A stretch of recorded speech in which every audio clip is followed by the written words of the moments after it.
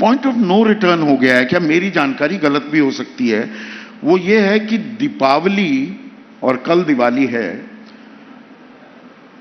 पवार कुनबा हमेशा एक साथ मनाता था, इस बार अलग अलग दिवाली मनाने वाले हैं आप? मनाएंगे ना, उसमें क्या है? नहीं, उसमें क्या है, ये पहली बार होगा।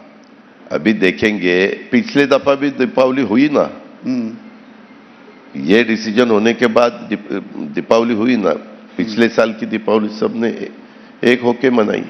नहीं, यहां पर दरअसल मैं ये सवाल क्यों पूछना चाह रहा हूं, इसकी तह में क्यों जाना चाह रहा हूं अजित दा, वो इसलिए कि बहुत से लोग, और खासकर दिल्ली में, हम थोड़ा दूर बैठकर, दिल्ली में बहुत सारी कंस्पिरेसी थियरीज भी चलती हैं कि चाचा भतीजा मिले हुए हैं, सब खेल आपस में मिलकर रचते हैं, पवार साहब और अजित दा जो महाराष्ट्र की राजनीति है अपनी मुट्ठी में दबाकर रखना चाहते हैं, जानते सब हैं ये एक दूसरे की सहमति के साथ ही खेल खेलते हैं। दिल्ली के लोगों को मेरे बारे में ज्यादा कुछ पता नहीं है। आपने महाराष्ट्र के लोगों को पूछा तो वो लोग बोलेंगे अजित पवार का स्वभाव वैसा नहीं है, वो बहुत स्ट्रेट फॉरवर्ड है, जो भी डिसीजन लेता है वो मिली भगत या ऐसा मैच फिक्सिंग ऐसा उसमें नहीं चलता। हमारा जो भी मन में होता है हम बोल देते हैं और आगे चले जाते हैं। बीजेपी से हाथ मिलाने का फैसला आपका था कि शरद पवार ने कहा कि जाइए अजीत हाथ मिला लीजिए? नहीं, एक मिनट, 2014 में बीजेपी को बाहर से सपोर्ट एनसीपी ने किया था ना जी, उसके बाद भी कुछ डिसीजन होने वाले थे, लेकिन कोई कारण वो नहीं हुए। चर्चा हुई लेकिन नहीं हुए। उसके बाद भी 2019 में कुछ मीटिंग्स हुई है, दिल्ली में हुई है, लेकिन बाद में वो मीटिंग जो जिसके साथ ली थी वो डिसीजन रुकवा दिया गया और अलग डिसीजन लिया गया। यह आप सबको मालूम है, सबको ही मालूम है। तो शरद पवार के कहने पर ही आप बीजेपी में गए? तब सबने मिलके लिया था। अभी का डिसीजन बाद में जो लिया, तो जो विधायक थे, जब हमें पता चला कि एकनाथ राव शिंदे जी करीबन बहुत से विधायक लेके सूरत गए हैं, सूरत से गुवाहाटी जाने वाले हैं और ये गवर्नमेंट अभी चलने वाला नहीं है, ये अभी गिरने वाला गवर्नमेंट है, मेजॉरिटी उन्होंने खोई है, तो फिर मेरे सब विधायक इकट्ठा हुए, मेरे ही चैम्बर में इकट्ठा हुए, सबने एक चिट्ठी लिखी पवार साहब को कि साहब हमें ऐसा लगता है कि पहले 2.5 साल में 1-1.5 साल तो कोरोना में गया, 1-1.25 साल ही काम के लिए हमें मिला, लोगों के सामने, वोटर के सामने कैसे हम जाए, इसीलिए वो गवर्नमेंट में हमें जाना चाहिए और जाने के लिए आपने परमिशन देनी चाहिए, ये हमारी रिक्वेस्ट है। सब विधायकों ने सही साइन किया।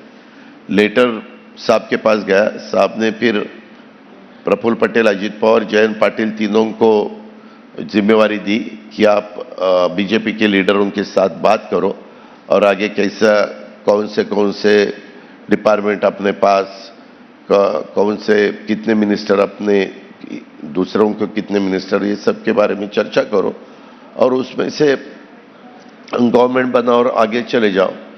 लेकिन बाद में वो हुआ नहीं।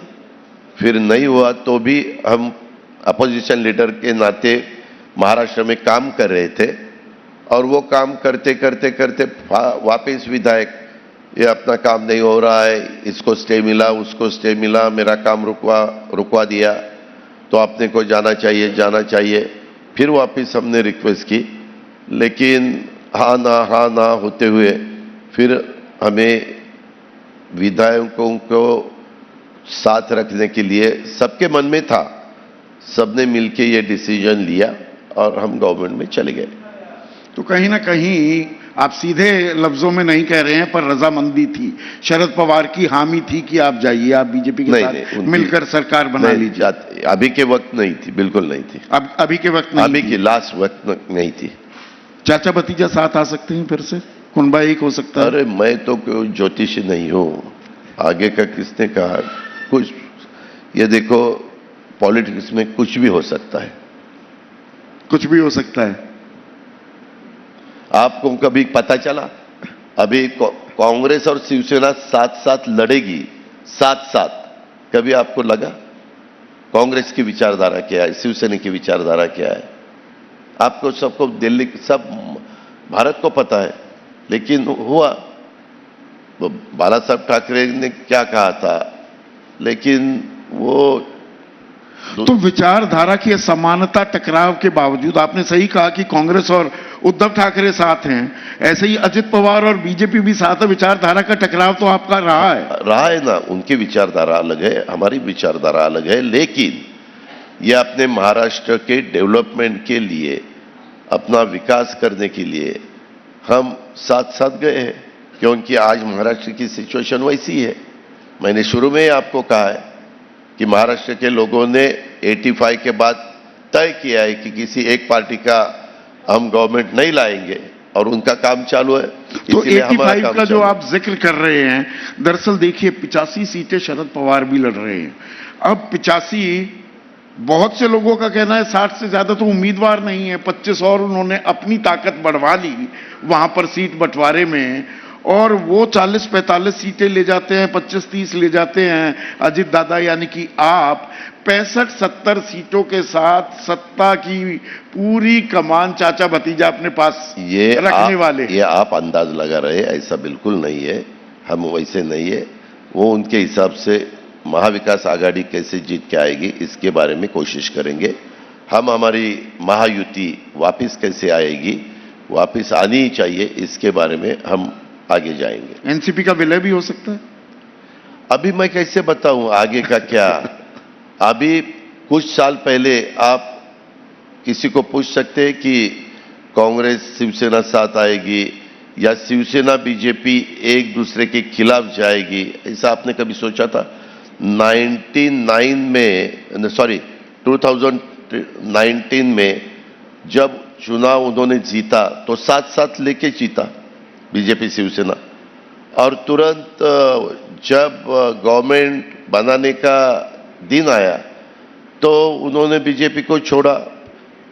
पहले मैंने बीजेपी और मैंने साथ साथ गए, बीजेपी शिवसेना के साथ नहीं रही, और हम दोनों मिलके गवर्नमेंट बनाया, लेकिन वो ज्यादा।